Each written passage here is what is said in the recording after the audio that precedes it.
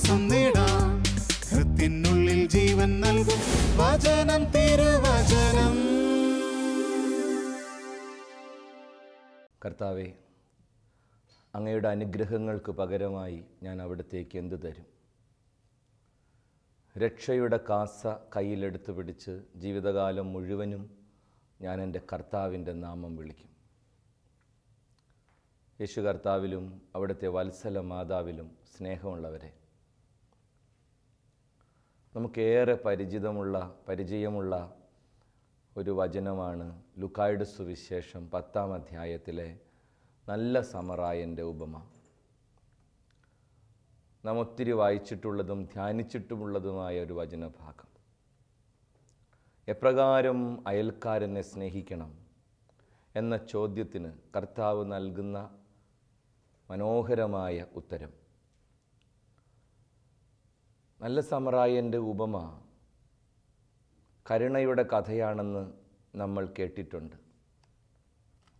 നല്ല സമറായനായത് മുറിവേറ്റ് കിടന്ന ആ മനുഷ്യനോട് കരുണ കാണിച്ചതുകൊണ്ടാണെന്ന് നാം വായിച്ചു മനസ്സിലാക്കുന്നു. ഈശോയുടെ ചോദ്യം അങ്ങനെയായിരുന്നു: ഇവരിൽ ആരാണ്, ഈ മൂവരിൽ ആരാണ് അയാൾക്ക് അയൽക്കാരനായി വർത്തിച്ചത്? നിയമജ്ഞൻ മറുപടി പറഞ്ഞു, അവനോട് കരുണ കാണിച്ചവൻ. കരുണ എന്ന വാക്കിൻ്റെ അർത്ഥം നാം പഠിച്ചിട്ടുണ്ട്, അർഹിക്കാത്തത് കൊടുക്കുന്നതാണ്, അല്ലെങ്കിൽ അർഹിക്കുന്നതിലും അപ്പുറം നൽകുന്നതാണ്. നല്ല സമറായൻ മുറിവേറ്റ് കിടന്ന ആ മനുഷ്യനോട് വല്ലാത്ത കാരുണ്യം കാണിച്ചു. പക്ഷെ ഈ വചനഭാഗത്തിൻ്റെ അവസാന ഭാഗം പ്രത്യേകമായി ഒന്ന് ചിന്തിക്കാം എന്ന് അച്ഛൻ ഇന്ന് കരുതുകയാണ്. 10-ാം അധ്യായം 33 മുതലുള്ള വചനം. എന്നാൽ ഒരു സമരിയാക്കാരൻ യാത്രാമധ്യേ അവൻ കിടന്ന സ്ഥലത്തു വന്നു. അവനെ കണ്ട് മനസ്സലിഞ്ഞ് അടുത്തു ചെന്ന് എണ്ണയും വീഞ്ഞുമൊഴിച്ച് അവൻ്റെ മുറിവുകൾ വച്ചു കെട്ടി തൻ്റെ കഴുതയുടെ പുറത്ത് കയറ്റി ഒരു സത്രത്തിൽ കൊണ്ടുചെന്ന് പരിചരിച്ചു. അടുത്ത ദിവസം അവൻ സത്രം സൂക്ഷിപ്പുകാരൻ്റെ കയ്യിൽ 2 ധനാറ കൊടുത്തിട്ട് പറഞ്ഞു, ഇവൻ്റെ കാര്യം നോക്കിക്കൊള്ളണം. കൂടുതലായി എന്തെങ്കിലും ചെലവാകുന്നെങ്കിൽ ഞാൻ തിരിച്ചു വരുമ്പോൾ തന്നുകൊള്ളാം. നല്ല സമറായൻ സത്രം സൂക്ഷിപ്പുകാരനോട് പറഞ്ഞ വചനം നമ്മുടെ ജീവിതത്തിന് വലിയൊരു ബോധ്യം സമ്മാനിക്കുന്നുണ്ട് എന്ന് കരുതുകയാണ്. ഈ അടുത്ത കാലത്താണ് ഈ വചനത്തിൻ്റെ മനോഹരമായ ഒരു അർത്ഥം അച്ഛന് പിടികിട്ടിയത്. തീർച്ചയായിട്ടും അതാണ് അച്ഛൻ പങ്കുവയ്ക്കുന്നതും. പൗരോഹിത്യ ജീവിത വഴിയിൽ ഒത്തിരി മനുഷ്യരെ കണ്ടിട്ടുണ്ട്. മറ്റുള്ളവരെ ഒത്തിരി സഹായിക്കുന്നവർ, മറ്റുള്ളവരുടെ കാര്യത്തിൽ ഏറെ താല്പര്യം പ്രകടിപ്പിക്കുന്നവർ, കൈ അയച്ച് സംഭാവനകൾ കൊടുക്കുന്നവർ, ഉള്ളതിലും അപ്പുറം സഹായിക്കാൻ വലിയ താല്പര്യം പ്രകടിപ്പിക്കുന്നവർ, ഒത്തിരി മനുഷ്യരെ അച്ഛൻ കണ്ടിട്ടുണ്ട്. അപൂർവമായിട്ടെങ്കിലും ഇതിലൊരു ഗണം വല്ലാണ്ട് പരിഭവിക്കുന്നതും അച്ഛൻ കേട്ടിട്ടുണ്ട്. ചില ഭവനങ്ങളിലൊക്കെ വെഞ്ചിരിക്കാനായിട്ട് ചെല്ലുമ്പോൾ, അല്ലെങ്കിൽ ആരുടെയെങ്കിലും ജീവിതത്തെ അടുത്തറിയുമ്പോൾ അവരുടെ വായിൽ നിന്ന് അറിഞ്ഞോ അറിയാതെയോ വരുന്ന ചില വാചകങ്ങളുണ്ട്. മറ്റുള്ളവരെ അവർ സഹായിച്ചതിൻ്റെ കണക്കുകൾ, മറ്റുള്ളവർക്ക് അവർ കൊടുത്ത സാമ്പത്തികമായ സഹായത്തിൻ്റെ ചില വെളിപ്പെടുത്തലുകൾ കൂട്ടത്തിൽ അവർ കൂട്ടിച്ചേർക്കും. അച്ഛാ, ആർക്കെന്ത് ചെയ്തു കൊടുത്തിട്ടും ഒരു ഉപകാരമില്ല. ഈ കാലഘട്ടത്തിൽ ഒരാൾക്കൊന്നും ചെയ്തിട്ടൊരു ഫലമില്ല. കാരണം നന്ദി കാണിക്കാൻ അറിയാവുന്നവർ വളരെ കുറവാണ്. ഒരു ഭവനത്തിൽ വെഞ്ചിരിക്കാൻ ചെന്നപ്പോൾ അവർ പറഞ്ഞ്, അച്ഛൻ അപ്പുറത്തെ വീട്ടിൽ വെഞ്ചിരിക്കാൻ പോയായിരുന്നോ? ഞാൻ പറഞ്ഞു, എങ്ങനെയുണ്ട് വീട്? ഞാൻ പറഞ്ഞു, വളരെ നല്ല വീട്, മനോഹരമായിരിക്കണു. എല്ലാം അച്ഛന് ഇഷ്ടപ്പെട്ടോ? ഇഷ്ടപ്പെട്ട്. അപ്പോൾ അമ്മച്ചി പറഞ്ഞു, എൻ്റെ അച്ഛ ഒന്നുമില്ലാണ്ട് കിടന്നവരാ, ചുമ്മാ ഒരു ഓടിട്ട പെരയായിരുന്നു 1 കൊല്ലം മുമ്പ് വരെ. ഞാൻ ചോദിച്ചു, എന്നിട്ട് എങ്ങനെ ഇങ്ങനെയൊക്കെ ഉണ്ടായത്? അതല്ലേ അച്ഛ തമാശ, ഞാനാണ് മൂത്ത കൊച്ചനെ പഠിപ്പിക്കാൻ പൈസ കൊടുത്തത്. ഇളയതിന് ഫോറിന് പോവാൻ ബോംബെ വരെയുള്ള ഫ്ലൈറ്റ് ടിക്കറ്റ് ഞാനാണ് എടുത്തു കൊടുത്തത്. ഇപ്പോൾ 2 മക്കൾ അമേരിക്കയിലാണ്, ഒരു മോൻ ന്യൂസിലൻഡിലാണ്.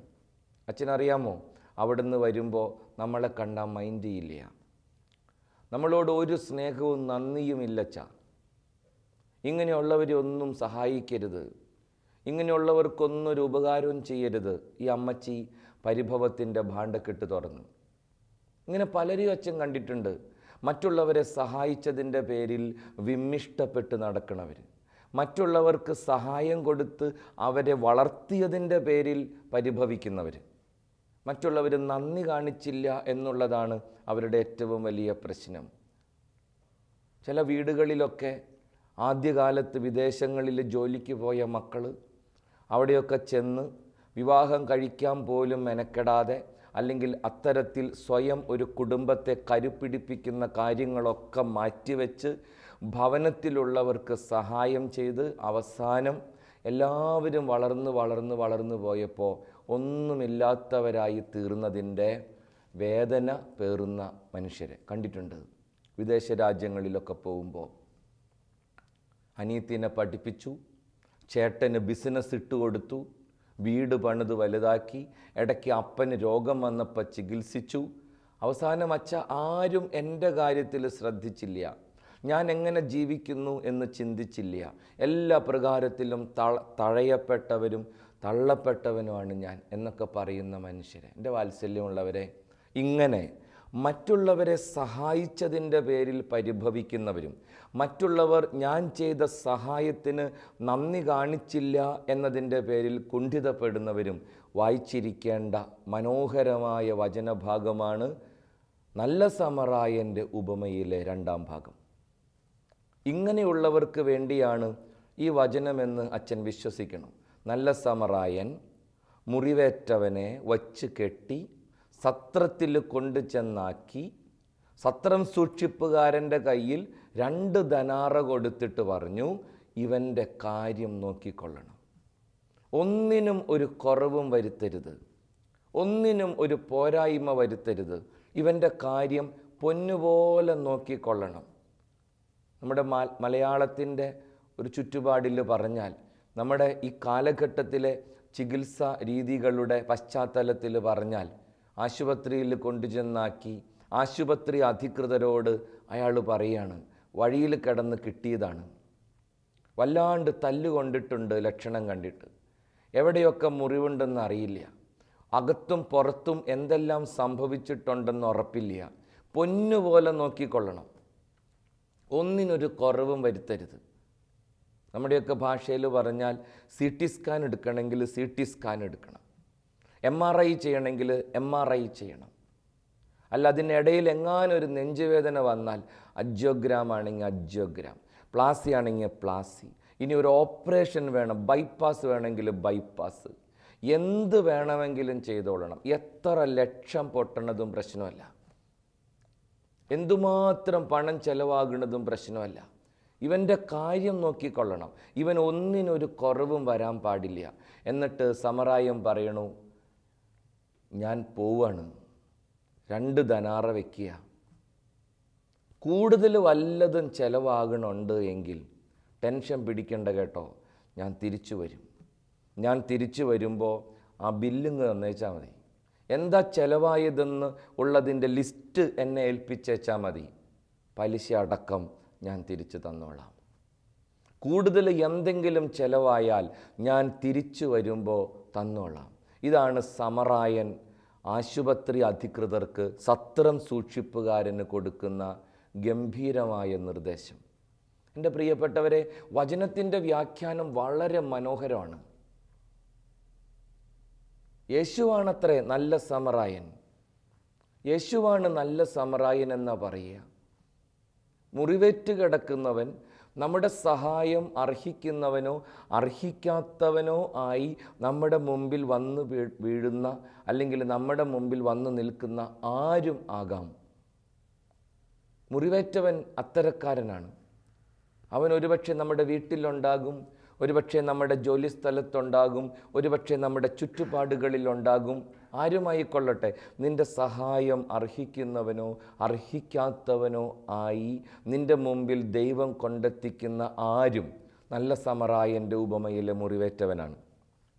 യേശുവാണ് നല്ല സമറായൻ. ഓർക്കണം, നമ്മുടെ ഓരോരുത്തരുടെയും റോള്, പ്രവൃത്തി, ഉത്തരവാദിത്വം സത്രം സൂക്ഷിപ്പുകാരൻ്റെ ഉത്തരവാദിത്വമാണ്. 2 ധനാറ എന്ന് പറയുന്നത് ദൈവം നമുക്ക് തന്നിട്ടുള്ളതെല്ലാം പെടും. നമ്മുടെ ജീവിതത്തിൽ സഹായം അർഹിക്കുന്നവനായി അല്ലെങ്കിൽ നാം സഹായിക്കേണ്ടവരായി കാണപ്പെടുന്ന ആർക്കും ധൈര്യമായിട്ട് സഹായം ചെയ്യാനാണ് കർത്താവ് നമ്മളോട് ആവശ്യപ്പെടുന്നത്. ഒരുപക്ഷെ ജീവിത പങ്കാളിയായിരിക്കാം, മക്കളായിരിക്കാം, മാതാപിതാക്കളായിരിക്കാം, കൂടപ്പിറപ്പുക്കളായിരിക്കാം, കൂട്ടുകാരായിരിക്കാം, സഹപ്രവർത്തകരോ സഹപാഠികളോ ആയിരിക്കാം. ഒരുപക്ഷെ ഇതിലൊന്നും പെടാത്ത മറ്റാരെങ്കിലും ആയിരിക്കാം. ആര് തന്നെയായാലും നിൻ്റെ ജീവിതത്തിലേക്ക് ദൈവം തന്നിട്ടുള്ളത് പരമാവധി ഉപയോഗപ്പെടുത്തി അവന് നന്മ ചെയ്യുക. കർത്താവിൻ്റെ വാഗ്ദാനം വളരെ കൃത്യതയുള്ളതാണ്. ഞാൻ തിരിച്ചു വരും. നിൻ്റെ ജീവിതത്തിൽ കൂടുതൽ എന്ത് ചെലവായാലും പലിശ അടക്കം ഞാൻ നിനക്കത് തിരിച്ചു തരും.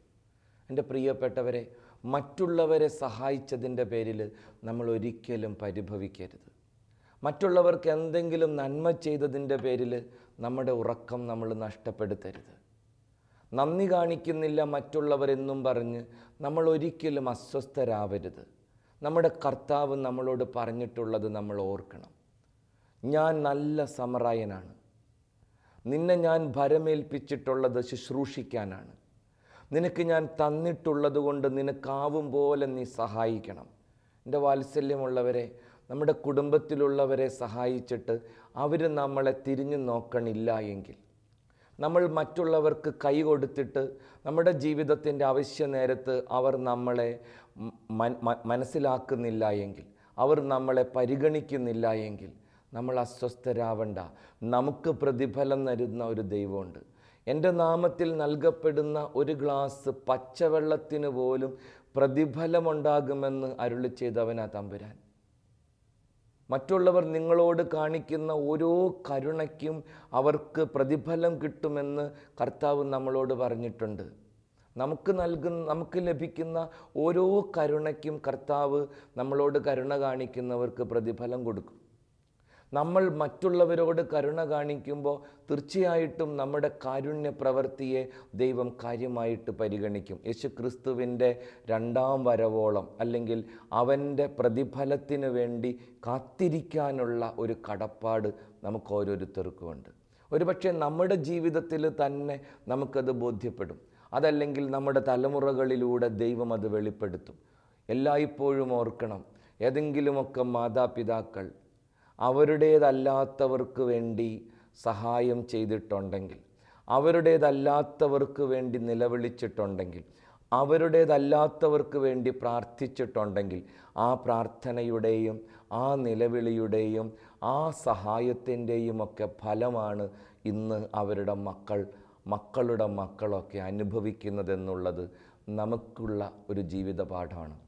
നമുക്കറിയാവുന്നൊരു സത്യമാണത്.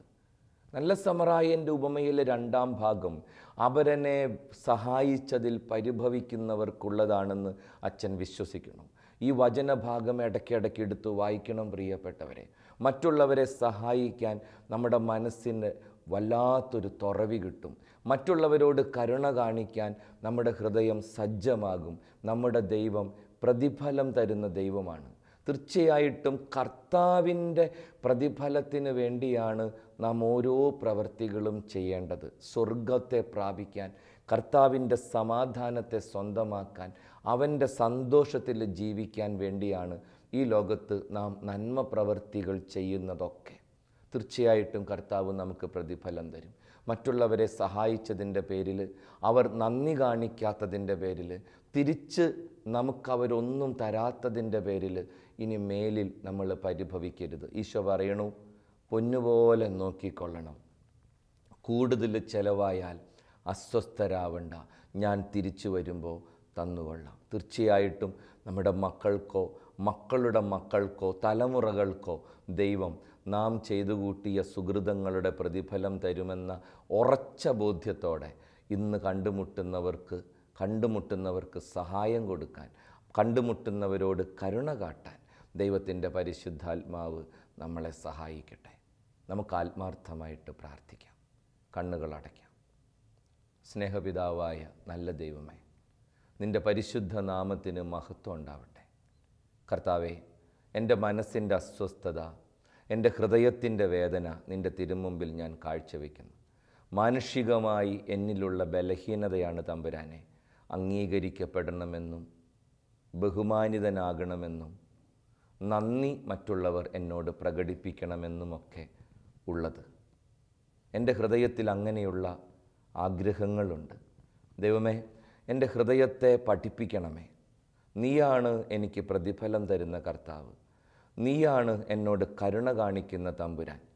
ഞാൻ ചെയ്യുന്ന ഓരോ നന്മ പ്രവർത്തിക്കും, ഞാൻ കാണിക്കുന്ന ഓരോ കാരുണ്യത്തിനും, ഞാൻ മറ്റുള്ളവർക്ക് നൽകുന്ന ഓരോ സഹായത്തിനും നീ എന്നെയും എൻ്റെ കുടുംബത്തെയും എൻ്റെ പ്രിയപ്പെട്ടവരെയും കടാക്ഷിക്കും എന്ന തിരിച്ചറിവ് കർത്താവെ നീ എൻ്റെ ഹൃദയത്തിന് തരണേ. പരിഭവിക്കാതെ സഹായിക്കാൻ, കുറ്റപ്പെടുത്താതെ കരുണ കാട്ടാൻ, പ്രതിഫലമിച്ഛിക്കാതെ നന്മ ചെയ്യാൻ കർത്താവെ നീ എന്നെ പഠിപ്പിക്കണേ. നീയാണ് എൻ്റെ സമറായൻ, ഞാൻ നിൻ്റെ സത്രം സൂക്ഷിപ്പുകാരൻ. മുറിവേറ്റവനെ ആവശ്യ സമയത്ത് കഴിവും പോലെ സഹായിക്കാനുള്ള മനസ്സിൻ്റെ വിശാലത നൽകി നീ എന്നെ അനുഗ്രഹിക്കണേ. അവർണ്ണനീയമായ ദാനത്തെ പ്രതി കർത്താവെ അങ്ങേക്ക് മഹത്വം. ആമേൻ.